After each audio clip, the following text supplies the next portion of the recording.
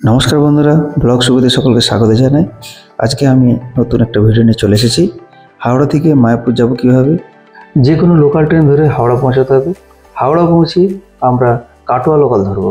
Katwa local ধরে নগরদ্বীপে থামবো। নগরদ্বীপ থেকে তারপরে মায়াপুর যাব। আমি হাওড়া থেকে কাটোয়া যাওয়ার টাইম টেবিল দিয়ে দিলাম, এখানে রইলো। আমরা অলরেডি হাওড়া থেকে কাটোয়া লোকাল ধরে নবদ্বীপ ধামে পৌঁছে গেলাম। নবদ্বীপ থেকে আমরা টোটো করে, টোটোতে প্রত্যেকটা টোটোতে 20 টাকা করে নেবে নবদ্বীপের ধাম পৌঁছে দেওয়ার জন্য। নবদ্বীপের কোথায়? নবদ্বীপের লঞ্চ ঘাটে পৌঁছে দেওয়ার জন্য। এই হচ্ছে নবদ্বীপের লঞ্চ ঘাট। লঞ্চ ঘাটে ঢুকে প্রথমে আমরা টিকিট কেটে নেব মায়াপুর যাওয়ার জন্য। মায়াপুরে যাওয়ার জন্য 2 রকমের টিকিট পাওয়া যায়।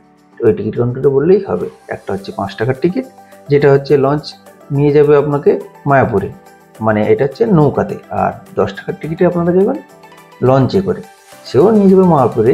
কিন্তু দুটোর মধ্যেই ডিফারেন্স থাকে, একটা 5 টাকার, একটা 10 টাকা। এটা সকলে জানে না। টিকিট কাউন্টারে বললে আপনাদেরকে দিয়ে দেবে। আমরা অলরেডি 10 টাকার টিকিট কেটে চলে এসেছি লঞ্চে ওঠার জন্য।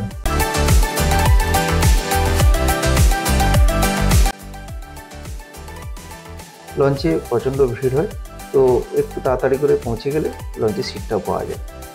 লঞ্চে গেলে একটা জিনিস দেখতে পাবে তোমরা, এখানে যে নদীটা আছে, একটা হচ্ছে যমুনা নদী আর একটা গঙ্গা নদী। আমরা যাচ্ছি এখন গঙ্গা নদীর উপর দিয়ে। তো লঞ্চে গেলে লঞ্চ যেখানে দাঁড়ায়, লঞ্চ যেখানে গিয়ে ওখানে দাঁড়াবে মায়াপুরে, সেখানে কিন্তু অ্যাকচুয়াল এই গঙ্গা নদীকে পেরিয়ে আমরা যমুনা নদীতে চলে যাব। তার মানে এখানে দুটো নদী দেখতে পাবে, একটা গঙ্গা নদী আর একটা হচ্ছে যমুনা নদী। কিন্তু এটা যদি নৌকোতে যাও তাহলে এটা কেউ দেখতে পাবে না। তাই সকলকে বলবো 10 টাকার টিকিট কেটে অন্তত লঞ্চে করে যাবে। লঞ্চ থেকে নেমে টোটো ধরে মায়াপুরের মন্দিরের দিকে রওনা দিলাম। এখানকার প্রত্যেক টোটো 10 টাকা করে নেয়, 10 টাকার বেশি কেউই নেয় না। এদের মধ্যে একটা ইউনিটি আছে, 10 টাকার বেশি এরা কেউই নেবে না। আর যে গেটে নামতে চাইবে সেই গেটেই নেমে দেবে। 1 নম্বর গেটে নেমে প্রথমে আমরা চলে গিয়েছিলাম প্রসাদ গ্রহণ কেন্দ্রে। সেখানে প্রথমে 50 টাকার টিকিট, প্রত্যেকটা মিলে 50 টাকা করে টিকিট নেয়। এই টিকিট বা টোকন কেটে তোমরা এই প্রসাদ গ্রহণ করতে পারবে। প্রসাদ গ্রহণের এই হচ্ছে কক্ষ। এখানে গিয়ে সুন্দর পরিবেশন, এনাদের যে পরিবেশন সত্যি মনোমুগ্ধ করে তোলে। একের উপর এক জিনিস সুন্দর নিয়মাবলী হয়েছে আসে, এবং ঠান্ডা জলের ব্যবস্থা থাকে। তো আমরা খাওয়া দাওয়া শেষ করে নিলাম, আমরা বেরিয়ে পড়লাম আমাদের রুমের দিকে। তো রুমে যাওয়ার সময় এই সূর্য যে অস্ত্র যায়, এটা দেখতে অসম্ভব সুন্দর লাগে। আমরা ছিলাম ইস্কন মন্দিরের ভেতরেই। অনেকগুলো কুঠির থাকে যেখানে সকলে থাকতে পারবে, সুন্দর সুব্যবস্থা রয়েছে। তো আমরা ছিলাম এখানে নিত্যানন্দ কুঠির বলে একটি কুঠিরে, যেখানে 100 টাকা আর 200 টাকার রুম পাওয়া যায়। তো এই হচ্ছে নিত্যানন্দ কুঠির। আর এই নিত্যানন্দ কুঠিরের পাশেই আমরা যে এক্ষুনি সূর্য যে অস্ত যাচ্ছিল সেটা যে দেখলাম, এই নিত্যানন্দ কুঠির পাশ থেকে সুন্দরভাবে দেখতে পাওয়া যায়। চলে এসেছি আমরা নিত্যানন্দ কুঠিরের মধ্যে। এখানে রিসেপশনের সাথে কথা বলে আমরা 200 টাকার রুম বুক করি। 200 টাকার রুমটা বুক করে আমরা রুমে ফ্রেশ হয়ে বেরিয়ে পড়লাম সন্ধ্যের দিকে এই সন্ধ্যার যে মনোরম দৃশ্য দেখার জন্য। ইস্কন মন্দিরটা চারদিক ঘুরে দেখলে অসম্ভব সুন্দর লাগে, কারণ এই সন্ধ্যের মনোরম পরিবেশ প্রত্যেককে মনোমুগ্ধ করে তোলে। সন্ধ্যেতে সন্ধ্যা আরতি দেখা, সাথে এই মন্দির প্রাঙ্গণের চত্বরে অনেক বিদেশিনীরা এই কীর্তন গান করে থাকে।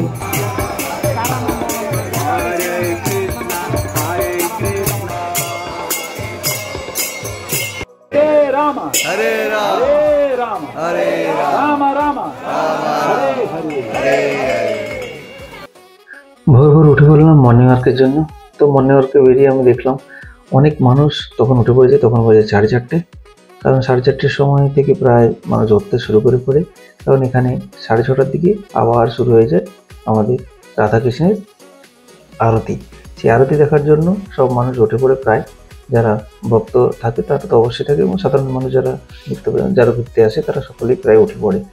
মায়াপুরে ইস্কন মন্দিরের ভেতরে থাকার এই একটা ভালো সুবিধা, ভোর ভোর উঠে পড়লে এখানের যে মনোরম পরিবেশ সত্যি মনোমুগ্ধ করে। এত সুন্দর পরিবেশ, শান্ত, এখানে কোনো কোলাহল নেই, অসম্ভব সুন্দর লাগে।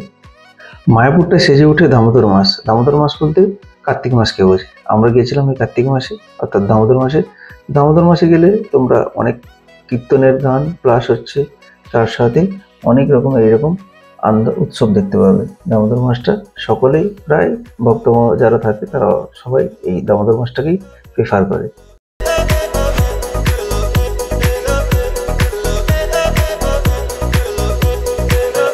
আমরা বেরিয়ে পড়লাম ইস্কন মন্দিরটা ঘুরে দেখার জন্য। ইস্কন মন্দিরটা দেখার সাথে সাথে একটা কথা বলে রাখি, ইস্কন মন্দিরে ঢুকতে গেলে কিন্তু কাউকে ফোন নিয়ে ঢুকতে দেবে না। তো সকলকে বলবো ফোন তোমরা ব্যাগের মধ্যে রেখে ওখানে একটা জায়গা থাকে, 5 টাকা করে নেয় প্রত্যেক পিছু। তো সেখানে জমা দিয়ে তোমরা মন্দির দর্শন করবে।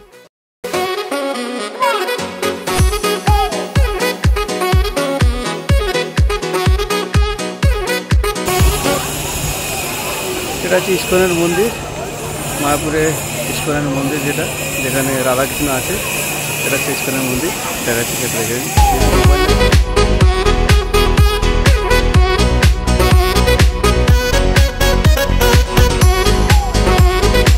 মন্দির থেকে বেরিয়ে আমরা ভোগ প্রসাদের জন্য এগিয়ে গেলাম।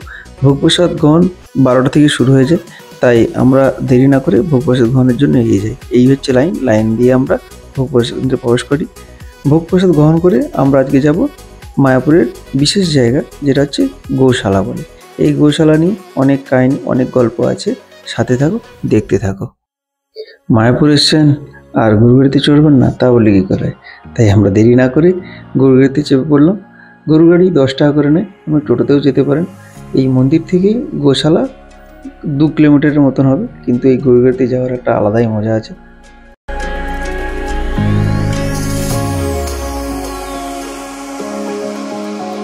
দেখতে দেখতে আমরা পৌঁছে গেলাম গোশালাতে। এই হচ্ছে গোশালা, দেখতে পাচ্ছ, এটা হচ্ছে গোশালার গেট। আমরা এখানে নামবো, নেমে আমরা গরু দর্শন করতে যাব।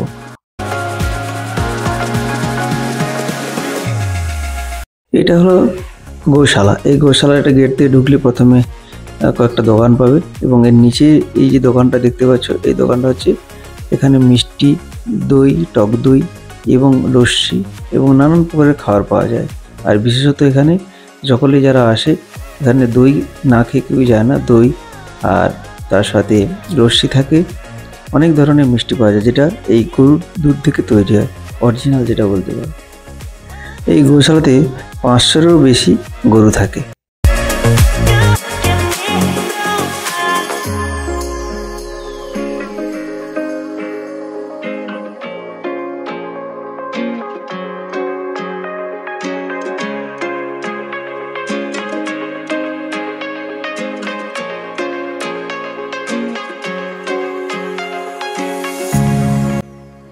গৌশালা ভবন শেষ করে আমরা আবার বেরিয়ে পড়লাম গরু গাড়িতে করে আমাদের রুমের দিকে।